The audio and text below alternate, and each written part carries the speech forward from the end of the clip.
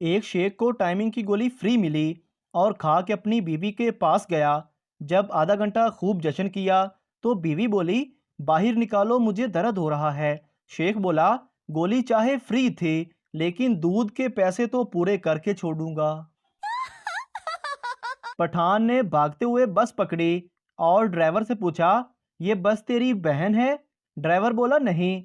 पठान ने फिर पूछा, तो फिर तेरी माँ होगी? ड्राइवर बोला, नहीं। पठान, तो फिर चढ़ने क्यों नहीं दे रहा था? सरदारनी ने सरदार जी को आधी रात को जगाया और घबराई हुई आवाज में कहा, सरदार जी जल्दी उठो, बिल्ली सारा दूध पी गई है। सरदार जी नींद और नशे की मिलीजुली कैफियत में ऊंची आवाज से बोले, ओए चवले, मैं तेनू किन्नी बारी आख्या है कमीज पा के सोया कर। एक लाहौरी सड़क के किनारे पेशाब कर रहा था। एक गैर मुल्की ने देखा और बोला, आपके यहाँ पुलिस नहीं पकड़ती? लाहौरी बोला, नहीं, हमारे यहाँ खुद ही पकड़ना पड़ता है। शोहर ने सुहाग रात पर अपनी बीवी से पूछा, कभी कोई फिल्म देखी है? बीवी, हाँ, वो तो सभी देखते हैं। शोहर, बस हमने आज वैसे ही करना है। बीवी, वो तो ठीक है, लेकिन बाकी के दो बंदे आप बुलाओगे या मैं कॉल करूं? जीशान, अब्बू, मैं शादी नहीं करूंगा। बाप, क्यों पुत्र? जीशान, पूरा गांव मेरी मंगेतर को टैक्सी बोलता है। बाप, कोई नहीं पुत्र, छोटा सा तो गांव है, कितनी चली होगी। लड़की उस्ताद से, ये प्यार क्या होता है? उस्ताद, जब तुम बड़ी होकर अच्छी बच्ची बनोगी तो तुम्हें भी एक प्यार करने वाला मिलेगा। लड़की, अगर मैं अच्छी बच्ची ना बनी तो फिर? उस्ताद बोला, फिर कई प्यार करने वाले मिलेंगे। शेख मरते वक्त, मेरी बीवी कहाँ है? बीवी बोली, मैं यहाँ हूँ आपके पास। शेख, मेरे बेटे बेटियां कहाँ हैं सारे? यकजुबान होकर बोले, हम आपके पास ही अब्बू जान। शेख बोला, तो फिर साथ के कमरे में पंखा क्यों चल रहा है? पठान सड़क क्रॉस करते वक्त ट्रक से टकरा गया। डॉक्टर पठान से, क्या तुम्हें कुछ नजर नहीं आ रहा था जो तुम ट्रक से टकरा गए? पठान, नजर तो आ रहा था लेकिन ट्रक पर लिखा हुआ था, तू लंघ जा साडी खैर है। एक दफा एक जंगी फिल्म बन रही थी जिसमें कई हजार लोग काम कर रहे थे। एक दिन फिल्म के प्रोड्यूसर ने मैनेजर से पूछा, इतने सारे लोगों को मुआवजा कहां से देंगे? मैनेजर ने जवाब दिया, मुआवजा देने की क्या जरूरत है, फिल्म के आखिरी सीन में एक आध असली बम चला देंगे। एक चोर अपनी जेब में अपनी बीवी की तस्वीर क्यों रखता है? क्योंकि जब वो कभी मुसीबत में होता है तो वो अपनी बीवी की तस्वीर को देखता है और सोचता है कि अगर मैं इसको फेस कर सकता हूं तो ये मुसीबत तो मेरे लिए कुछ भी नहीं। सूरज की गरमाइश और बेगम की फरमाइश, दोनों में आजमाइश और सब्र की पैमाइश है। गरमाइश दिमाग पर और फरमाइश जेब पर असर करती है। एक में पसीना निकलता है और दूसरे में पैसा। एक में जिस्म जलता है तो दूसरे में दिल जलता है। सूरज की गरमाइश लग जाए तो ठंडे जूस पीने पड़ते हैं, लेकिन बेगम की फरमाइश आ जाए तो खून के घूंट पीने पड़ते हैं। शादीशुदा लोग सब्र करें और बाकी लोग शुक्र करें। पठान के 3 बच्चे हुए। नाम रखा हसरत खान, हरकत खान, बरकत खान। फिर 3 और बच्चे हुए। नाम रखा दरिया खान, मंदर खान, सैलाब खान। फिर 3 और बच्चे हुए। नाम रखा हिम्मत खान, हौसला खान, बर्दाश्त खान। फिर 3 और हुए। इस बार बीवी ने नाम रखा बस कर खान, होश कर खान, रहम कर खान। मैं परेशान हूं कि मैं दांतों का डॉक्टर बनूं या कानों का।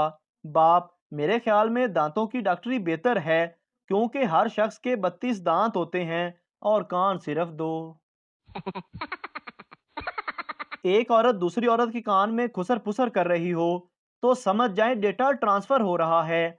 और जब दूसरी औरत कहे कि दफा करो, हमें इनसे क्या लेना देना, तो समझ जाओ डेटा पूरी तरह सेव हो गया है और ट्रांसफर होने वाला है।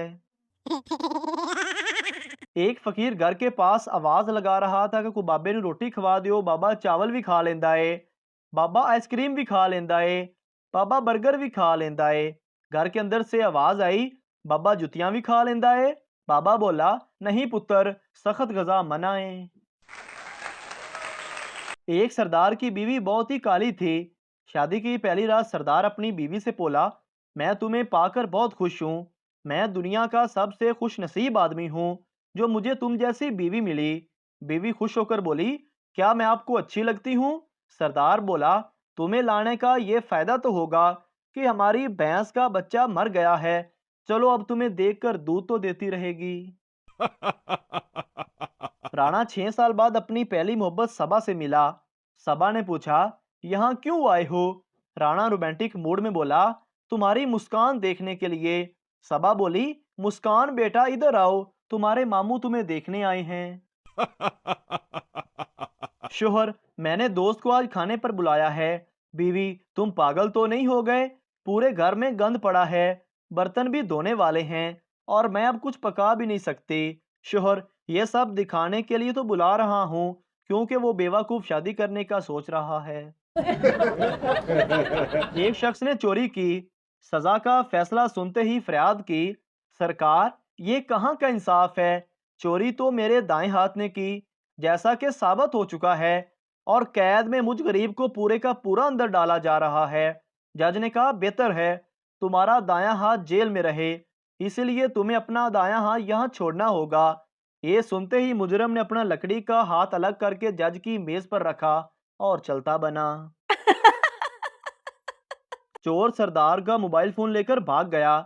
सरदार खड़ा हंसने लगा। दोस्त ने पूछा, यार वो मोबाइल लेकर भाग गया और तुम हंस रहे हो। सरदार, भागने दो, चार्जर तो मेरे पास ही है। प्रनाम सिंह, गुरनाम सिंह और उनके दो दोस्तों ने गांव में अपनी जमीन बेची और शहर में होटल बनाने का फैसला किया। उन्होंने शहर में बेहतरीन जगह पर आलीशान होटल बनाया, मगर 1 महीने तक उनके होटल में एक गाहक भी ना आया। क्यों? क्योंकि चारों ने गांव से लाकर अपने 4 कुत्ते भी होटल के दरवाजे पर बांध दिए थे। फिर चारों ने होटल बेचकर गाड़ियां मुरम्मत कराने का गैराज बनाने का फैसला किया और एक वर्कशॉप बनाई। हर किस्म की मशीनरी लगाई, मगर 1 महीने तक कोई गाहक उनके गैराज में गाड़ी मुरम्मत कराने ना आया। क्यों? क्योंकि उन्होंने गैराज दूसरी मंजिल पर बनाया था। गैराज बेचकर चारों दोस्तों ने टैक्सी खरीदी। 1 माह तक सड़कों पर मारे मारे फिरते रहे, मगर कोई आदमी उनकी टैक्सी में ना बैठा। क्यों? क्योंकि चारों सरदार हर वक्त खुद अपनी टैक्सी में ही सवार रहते थे। तंग आकर सरदारों ने टैक्सी समुद्र में फेंकने का फैसला किया। सारा दिन वो टैक्सी समुद्र में धकेलने के लिए जोर लगाते रहे, मगर टैक्सी अपनी जगह से ना हिली। क्यों?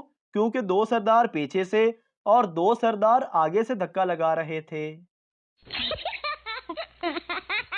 मियाँ रात को देर से घर आया। बीवी की डांट से बचने के लिए बगैर लाइट ऑन किए दबे पांव कमरे में आया और बच्चे के पंघोड़े के पास जाकर पंघोड़ा हिलाना शुरू कर दिया। इतने में बीवी की आंख खुल गई। मियाँ बोला, कमाल है बेगम, कितनी गहरी नींद सोती हो तुम। मुन्ना जाग गया था, 2 घंटे से इसका पंघोड़ा हिला रहा हूँ, अब जाके सोया है। बीवी बोली, जरा लाइट जला कर देखो, बच्चा पंघोड़े में नहीं मेरे पास सोया है।